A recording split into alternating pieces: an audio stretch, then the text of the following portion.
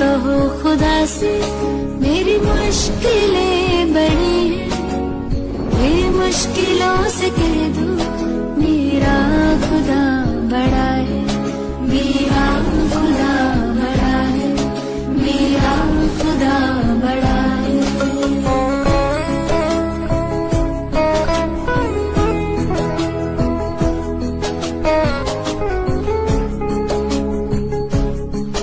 अग्नि में तप के सोना है और भी निखरता, अग्नि में तप के सोना है और भी निखरता, दुर्गम को पार करके हिमालय कोई चढ़ाए, लाएगी रंग मेहनत आखिर तुम्हारी एक दिन, लाएगी रंग मेहनत आखिर तुम्हारी एक दिन, होगा विशाल तिरुवन वो बीज जो पड़ा है।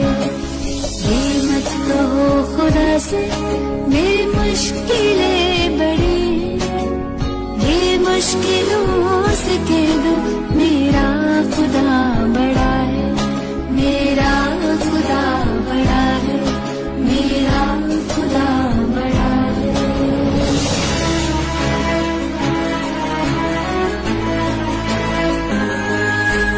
वो सर्व शक्तियों से जब साथ है हमारे, वो सर्व शक्तियों से जब साथ है हमारे, हर काम उसके रहते हर रिज़्क़ हुआ पड़ा है, कभी हारना ना हिम्मत का कदम बढ़ाओ, कभी हारना ना हिम्मत का कदम बढ़ाओ, हजारों कदम बढ़ाने वो सामने खड़ा है।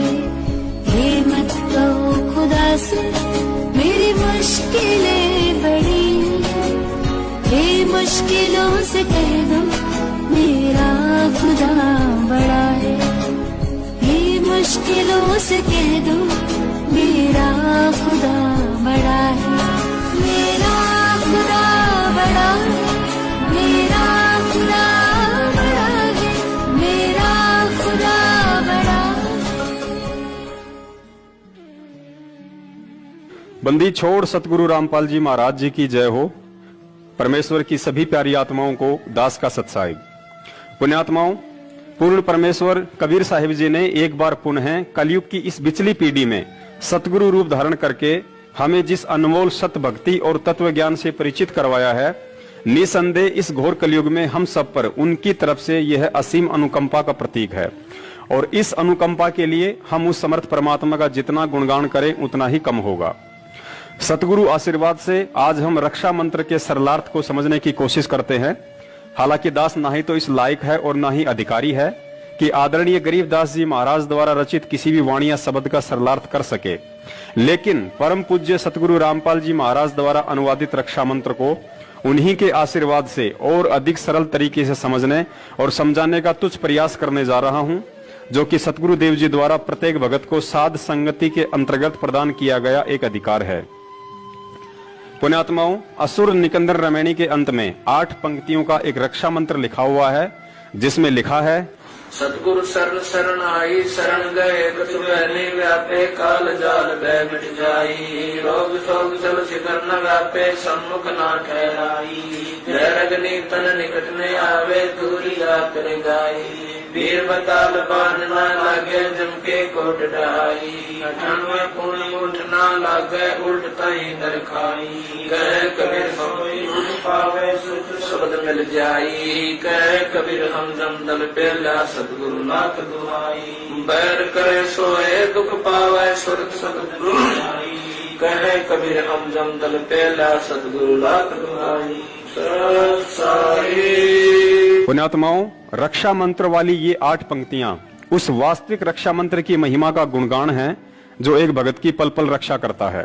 कहने का मतलब ये है कि मुसीबत या संकट के समय भगत की रक्षा ये 8 पंक्तियां पढ़ने या बोलने से नहीं होगी, बल्कि उस वास्तविक रक्षा मंत्र के जाप और भक्ति क्रियाओं को सुचारू रूप से करते रहने से होगी, जिसके विषय में ये 8 पंक्तियां केवल जानकारी दे रही हैं।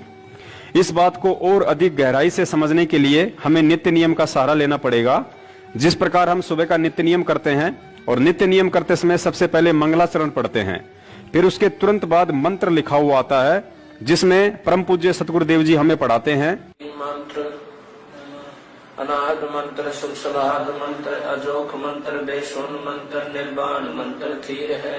आदि मंत्र, युगादि मंत्र, भंगी मंत्र, सदा सत्संगी मंत्र, लौलीन मंत्र गैर गंभीर है। सोहम सुभान मंत्र, अगम अनुराग मंत्र, निर्भय अडोल मंत्र, निर्गुण निर्बंध मंत्र, निश्चल मंत्र नहीं गैबी गुलजार मंत्र, निर्भय निर्धार मंत्र, सुमृत सुकृत मंत्र, अगम्य अबंज मंत्र, अगली मंत्र पदलम फराक मंत्र, बिन सुनाम लाभ मंत्र, जन्मल जहूर मंत्र, सर्वम भरपूर मंत्र, सैलान मंत्र रंकार गर्क मंत्र, तेज मुंज बरक मंत्र, अदली अबंध मंत्र, अजपा निसंत मंत्र, अवगत नाद मंत्र, वाणी विनोद मंत्र, आनंद शोध मंत्र, खुर्सी करार मंत्र, अनभय उचार मंत्र, मंत्र पदल साहिब सतराम मंत्र, सायने काम मंत्र, भारत प्रकाश मंत्र, हीरंबर उल्लास मंत्र, मोले मलार मंत्र, परक बीच साहिब सतराम मंत्र, सायने काम मंत्र, भारत प्रकाश मंत्र, हीरंबर उल्लास मंत्र, मोले मलार मंत्र, परक बीच। पुण्यात्माओं, अब कोई अनजान व्यक्ति नित्य नियम को पढ़कर कहे कि ये इतने सारे मंत्र वही हैं जो संत रामपाल जी महाराज अपने भक्तों को जाप करने के लिए देते हैं,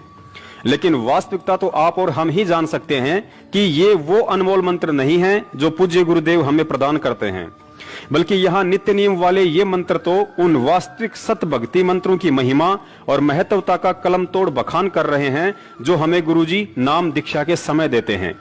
यहाँ सिर्फ आदरणीय गरीबदास जी महाराज जी ने हम तुच्छ बुद्धि जीवों को समझाने की कोशिश की है कि हे पुण्यात्माओं, तुम्हें सतगुरुदेव द्वारा जो प्रथम मंत्र और सतनाम दिया जाता है, तुम इन मंत्रों को ऐसे ही मत जानना। ये वो अनमोल मंत्र हैं जो युगों युगांतर बाद कुछ ही सौभाग्यशाली आत्माओं को प्राप्त होते हैं। और फिर हमें ये विश्वास दिलाने के लिए कि यह सप्त गायत्री मंत्र और सतनाम कितना अनमोल है, कुछ इस तरह बताया। अनाहद मंत्र अर्थात नाम दीक्षा के वक्त सतगुरु हमें जो मंत्र देते हैं उसकी कोई अनाहद यानी सीमा नहीं है, चाहे कितना ही जाप क्यों ना करो। सुख सलाहद मंत्र अर्थात यह अनमोल मंत्र सदैव सुख प्रदान करने वाला है।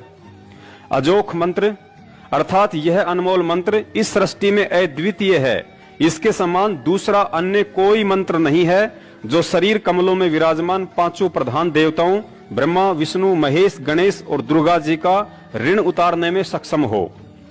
बेसुन मंत्र अर्थात जिस मंत्र को आपने आज से पहले कभी किसी से नहीं सुना हो, यह बिल्कुल नूतन यानी नया मंत्र है।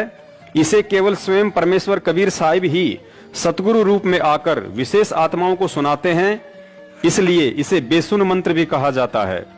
निर्वाण मंत्र थीर है अर्थात इस मंत्र के जाप से थीर यानी स्थायी और निर्वाण यानी मोक्ष प्राप्त हो जाता है। आदि मंत्र युगादि मंत्र, इस मंत्र को आदि मंत्र इसलिए कहा जाता है क्योंकि यह मंत्र सृष्टि की आदि यानी शुरुआत से ही प्रचलित है। और युगादि मंत्र इसलिए कहा जाता है क्योंकि प्रत्येक युग की आदि यानी शुरुआत में परमेश्वर कबीर साहिब जी सतगुरु रूप में आकर अपनी आत्माओं को यह मंत्र प्रदान करते हैं।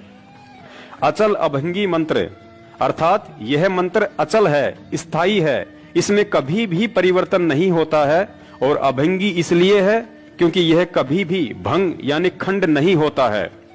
सोहम सुभान मंत्र अर्थात आदरणीय गरीबदास जी महाराज जी ने बताया कि यह सोहम नाम का मंत्र विशेष कल्याणकारी मंत्र है। अगम अनुराग मंत्र अर्थात इस कल्याणकारी सोहम से आगे का जो सारनाम है वह अगम अनुरागी यानी अक्षर पुरुष से आगे पूर्ण परमात्मा में विशेष प्यार जगाने वाला मंत्र है। निर्भय अडोल मंत्र अर्थात यह मंत्र जीव को निर्भय बनाता है तथा अडोल यानी कि जीव को भक्ति मार्ग से डगमग नहीं होने देता है।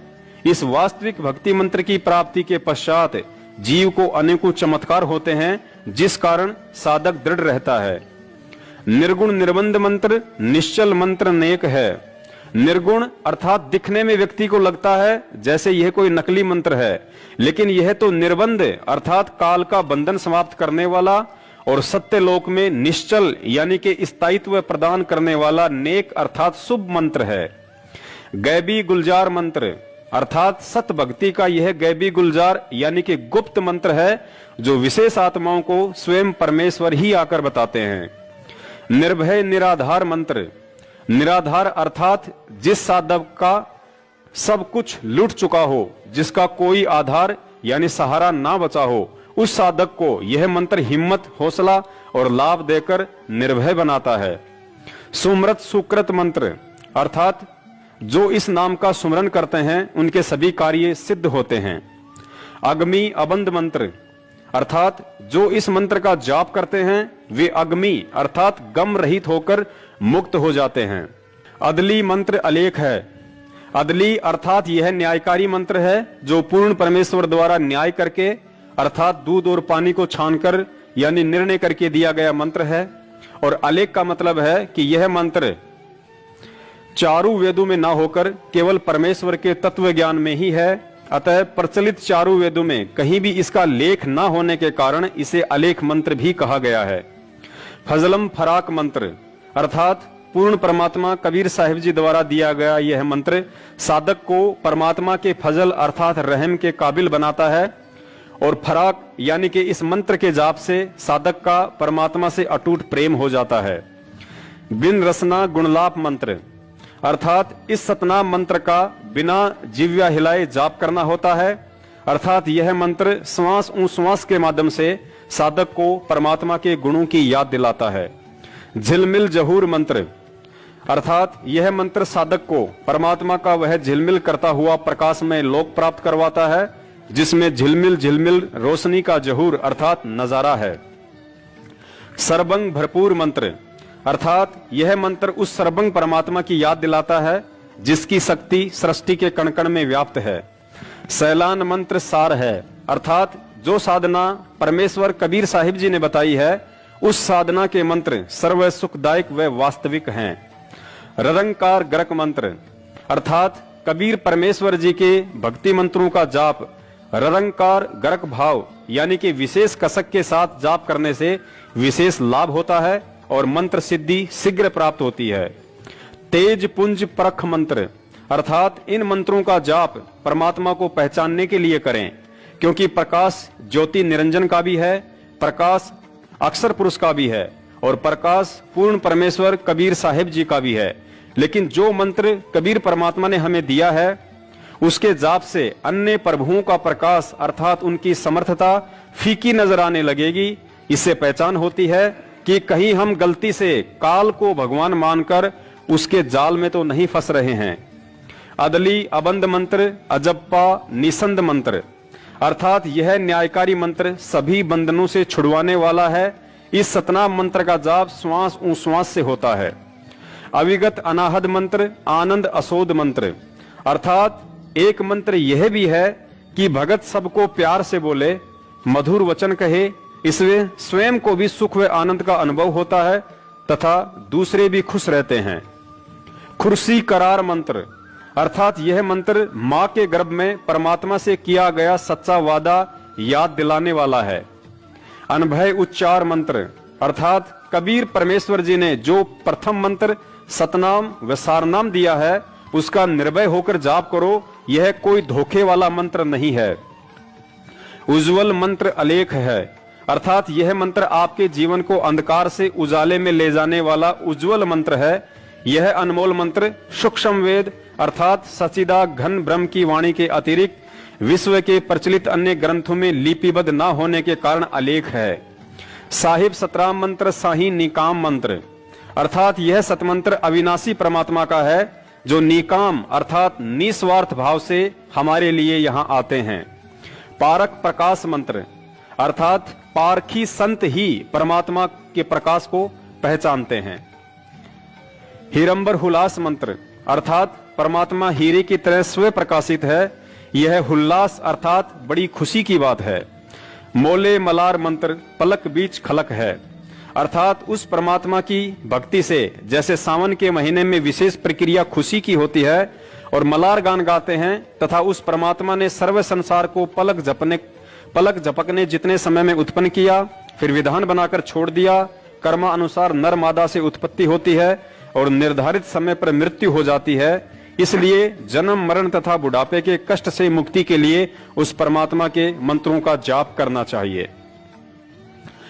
तो पुण्यात्माओं, अब आप जी को भली बाती समझ में आ गया होगा कि जिस तरह नित्य नियम में मंगलाचरण के बाद उपरोक्त लिखे हुए मंत्र वास्तविक भक्ति साधना के मंत्र ना होकर सतगुरु देव जी द्वारा नाम दीक्षा के समय दिए जाने वाले मंत्रों की यथार्थ जानकारी और उनकी महिमा का गुणगान है, ठीक उसी तरह असुर निकंदन रमणी के अंत में लिखी रक्षा मंत्र वाली ये 8 पंक्तियां भी मुसीबत के समय में जाप करने का कोई मंत्र नहीं, बल्कि गुरुजी द्वारा बताया गया रक्षा कवच अर्थात प्रथम मंत्र सतनाम, सारनाम, 5 यज्ञ और 3 समय की आरती की तरफ एक इशारा है कि सच्चे सतगुरु से नाम प्राप्त होने के बाद यदि हम मर्यादित होकर भक्ति करेंगे तो वह परमात्मा हर संकट से भगत की रक्षा करता है, जैसे कि इस रक्षा मंत्र में लिखा हुआ है। सतगुरु शरण शरणाई, शरण गए कछु भय नहीं व्यापे, काल जाल भय मिट जाही। अर्थात सच्चे सतगुरु जो कि स्वयं पूर्ण परमेश्वर कबीर साहेब जी ही होते हैं, उनकी शरण में आने के बाद भगत को किसी भी तरह का भय अपने दिलो दिमाग से निकाल देना चाहिए, क्योंकि मर्यादित भक्ति साधना करने वाले भगत को सतगुरु देव अपने आशीर्वाद का कवच पहना देते हैं, जिसे काल भगवान के द्वारा भेद पाना मुश्किल ही नहीं बल्कि नामुमकिन होता है। पुण्यात्माओं, हमें यहाँ इस बात को गहनता से समझना पड़ेगा कि सतगुरु की शरण में रहने का मतलब क्या है। हम रोज सुबह सुबह नित्य नियम में पढ़ते हैं कि ताते सतगुरु शरणा लीजे, कपट भाव जिन दूर करीजे। अर्थात सतगुरु से नाम उपदेश लेने के बावजूद भी ऐसे व्यक्ति को उनकी शरण में नहीं कहा जा सकता है जो तत्व ज्ञान समझने के बाद भी राग, द्वेष, ईर्ष्या, छल, कपट, चोरी, जारी, निंदा, चुगली और अहंकार का बोझ अपने कंधों पर लादे फिरता है। ऐसे व्यक्ति के साथ यदि कोई दुर्घटना होती है तो अनजान लोग भले ही यह बात कहें कि यह व्यक्ति तो संत रामपाल जी महाराज जी की शरण में था, फिर भी संकट के समय इसकी रक्षा क्यों नहीं हुई। लेकिन इस बात का निर्णय तो तत्व ज्ञान और परमेश्वर की मर्यादा ही करेंगी कि वह व्यक्ति संत रामपाल जी महाराज का शिष्य होने के बावजूद भी उनकी शरण में था या नहीं। आगे लिखा है, रोग शोग छल छिद्र न व्यापे, सन्मुख न ठहराई। अर्थात सतगुरु की शरण प्राप्त भगत या भक्तमती को कोई भी ला इलाज रोग पीड़ा नहीं दे पाएगा। भगत को कोई भी ऐसा दुख नहीं आ सकता जो उसके भक्ति मार्ग में बाधा बन जाए। हालांकि यहाँ पर पवित्र गीता जी के अध्याय नंबर 18 के श्लोक नंबर 38 को भी नहीं भूलना चाहिए, जिसमें परमात्मा का विधान है कि भगत का शुरुआती जीवन दुखमय होता है और अंत सुखमय, लेकिन वे कष्ट शारीरिक नहीं बल्कि सामाजिक होंगे और उन कष्टों का सामना करते वक्त भगत में उल्टी दृढ़ता और भगवान पर अधिक विश्वास पैदा होता है। उदाहरण के लिए जैसे आपके परिवार, रिश्तेदार और समाज द्वारा आपका बहिष्कार करना, क्योंकि तत्व ज्ञान युक्त शास्त्र अनुकूल भक्ति आपको सांसारिक और परंपरागत लोक वेद पर आधारित क्रियाओं और भक्ति से अलग करती है, जो उन लोगों को रास नहीं आएगा तथा काल प्रेरणा से साधक का विरोध शुरू हो जाता है। लेकिन उस समय हमें सतगुरु देव जी के उन वचनों को याद रखना चाहिए जो वचन उन्होंने मुसलमान धर्म के पैगंबर हजरत मोहम्मद साहब को कहे थे कि हे मोहम्मद, मैंने आपको जो भक्ति साधना बताई है वो समाज में प्रचलित लोकवेद वाली साधना से विपरीत है, जिसके चलते लोग आपका विरोध करेंगे, लेकिन आप हिम्मत न हारना और जिहाद से उनका सामना करना। अर्थात जिहाद से मतलब है कि मैंने आपको जो तत्व ज्ञान दिया है उसको आधार बनाकर उनका सामना करना, उन्हें प्रेम पूर्वक समझाने की कोशिश करना। भले आप पर कितने ही कष्ट क्यों ना आए, आप दृढ़ रहना और मुझे अपने पास ही समझना। अतः पुण्यात्माओं, सत भक्ति में भगत पर संकट और दुख अवश्य आते हैं, लेकिन ऊपर आप जी ने समझ लिया होगा कि ऐसी कोई भी तकलीफ परमात्मा नहीं आने देते हैं जिसके चलते भगत का भक्ति से मनोबल टूट जाए। आगे लिखा है, जहर अग्नि तन निकट न आवे, दूरी जात रंगाई। अर्थात सतगुरु के सच्चे भगत को चाहे कोई लाख कोशिश करे, उस पर जहर और अग्नि जैसे काल के शस्त्र भी प्रहार नहीं कर सकते और यदि प्रहार कर भी दिया तो सतगुरु के आशीर्वाद रूपी कवच में कैद भगत का बाल भी बाका नहीं हो सकता। उदाहरण के तौर पर त्रेता युग में भगत प्रहलाद जी अपने इष्ट भगवान विष्णु जी की भक्ति पर दृढ़ थे, जिस कारण उन्हें होलिका द्वारा अग्नि में जलाने की कोशिश भी की, लेकिन अग्नि उनके तन को छू भी नहीं पाई। सतगुरु ने दूसरा उदाहरण मीराबाई का दिया। मीराबाई भी अपने इष्ट श्री कृष्ण जी की भक्ति पर दृढ़ थी। इस बात से रुष्ट होकर जब उसके देवर ने हाथ में तलवार लेकर मीराबाई को जहर पीने के लिए बाध्य किया, तो मीराबाई अपने प्रभु का नाम लेकर विष का प्याला पी गई और बाल भी बाका नहीं हुआ। पुण्यात्माओं, यहाँ एक बात हम भक्तों के लिए विशेष ध्यान देने योग्य है। जिस समय प्रहलाद भगत की अग्नि से और मीराबाई की जहर पीने से रक्षा हुई, उस समय वे दोनों आत्माएं ना ही तो किसी सतगुरु की शरण में थी और ना ही परमात्मा से सतनाम प्राप्त था, लेकिन इसके बावजूद भी उनके प्रारब्ध के भक्ति कर्म आधार पर और अपने इष्ट देव पर अटूट विश्वास के चलते पूर्ण परमेश्वर कबीर साहिब जी ने उन आत्माओं की रक्षा की, ना कि भगवान विष्णु या श्री कृष्ण जी ने की थी। फिर आप और हम तो सीधे तौर पर आज पूर्ण परमेश्वर की शरण में हैं। ये बात अलग है कि आज वह परमात्मा सतगुरु रामपाल जी महाराज जी के रूप में हमारे साथ है और उनका वास्तविक सतनाम भी हमें प्राप्त है। ऐसे में यदि हम उनकी शरण में हैं, अर्थात उनके द्वारा बख्शीश सत भक्ति को मर्यादा में रहकर कर रहे हैं, तो निश्चित तौर पर जहर और अग्नि जैसे काल के शस्त्र भी भगत को हानि नहीं पहुंचा सकते। और इसी विश्वास के आधार पर दास ने 16 मार्च 2020 को कोरोना वायरस को लेकर जो वीडियो बनाया था और मोदी जी से अपील की थी कि अगर मुझे 1000 कोरोना वायरस से संक्रमित लोगों के बीच भी रखा जाए तो वह परमात्मा कोरोना से मुझे किसी भी तरह की हानि नहीं होने देगा, क्योंकि कोरोना संक्रमण एक रोग है जिसके विषय में रक्षा मंत्र में स्पष्ट लिखा गया है कि रोग शोग छल छिद्र न व्यापे सन्मुख न ठहराई। रक्षा मंत्र में आगे लिखा है, वीर बेताल बाण ना लागे यम के कोट डहाई, 98 पुण्य मूठ ना लागे उल्ट ताही दरखाई। अर्थात गुरुजी ने बताया कि सत भक्ति करने वाले भक्तों के ऊपर वीर और बेताल नाम के इन दो काल एजेंट का भी किसी तरह का दाव नहीं लग सकता, जो कि सूक्ष्म रूप में काल प्रेरणा से भक्तिहीन प्राणियों को कष्ट देते हैं। इसके अलावा गुरुजी ने बताया कि 98 प्रकार के जंत्र मंत्र होते हैं जिनके द्वारा भक्तिहीन प्राणियों को दुखी किया जाता है। अगर मेरे भगत के ऊपर उन जंत्र मंत्रों का प्रयोग भी किया गया तो वह दाव उल्टा उसी व्यक्ति को दुखदाई होगा और भगत की रक्षा होगी। आगे लिखा है, बैर करे सो ही दुख पावे, सुरती शब्द मिल जाही, कहें कबीर हम जमदम पेल्या, सतगुरु लाख दुहाई।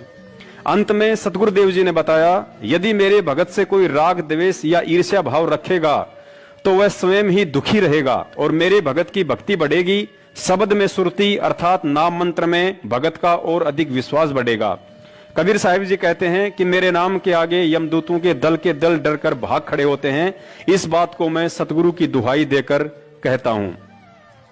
और पुण्यात्माओं, इसके अलावा वैसे भी सतगुरुदेव जी ने हमें समझाया कि मुसीबत के समय आपने यदि प्रथम मंत्र मिला हुआ है तो उसका जाप, सतनाम मिला हुआ है तो सतनाम का, और सारनाम मिला हुआ है तो उसी का जाप करना है, ना कि अन्य कोई तरीका अपनाना है। अतः स्पष्ट है कि असुर निकंदन रमेणी वाला रक्षा मंत्र किसी मुसीबत के समय जाप करने का नहीं है और ना ही वास्तविक मंत्रों को छोड़कर उसे पढ़ने से भगत की रक्षा हो पाएगी। तो पुण्यात्माओं, परम पूज्य सतगुरु रामपाल जी महाराज जी के आशीर्वाद से आज हमने बहुत ही सरल तरीके से रक्षा मंत्र तथा नाम दीक्षा मंत्रों की महिमा और महत्वता के विषय में विशेष जानकारी हासिल की। किसी भी तरह की शाब्दिक या आर्थिक त्रुटि के लिए दास सतगुरुदेव जी से क्षमा प्रार्थी है। दास का अगला वीडियो आगामी 8 सितंबर 2020 को आने वाले सतगुरु प्रगट दिवस को लेकर होगा। पुण्यात्माओं, दास अपने सतगुरुदेव जी के अलावा इस सृष्टि में अन्य किसी भी शक्ति या व्यक्ति से नहीं डरता है, क्योंकि मेरे ऊपर उनके आशीर्वाद और तत्व ज्ञान की विशेष दया है। दया आप सब पर भी है, लेकिन भक्ति में सारा दारमदार विश्वास पर टिका होता है।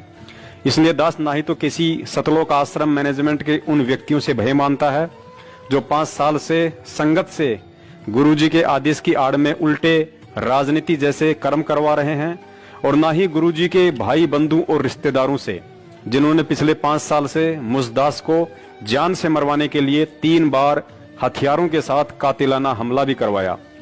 लेकिन दास को ना ही तो मौत का भय है और ना ही जीने की खुशी, और यही वजह है कि सतगुरु को अपना शीश सौंप देने के कारण ही वे पल पल दास के साथ साईं की तरह रहते हैं। आप इन वीडियो को देखें या ना देखें, इन्हें आगे शेयर करें या ना करें, लेकिन दास तत्व ज्ञान आधार से अपना शिष्य धर्म निभाता आ रहा है और निभाता रहेगा।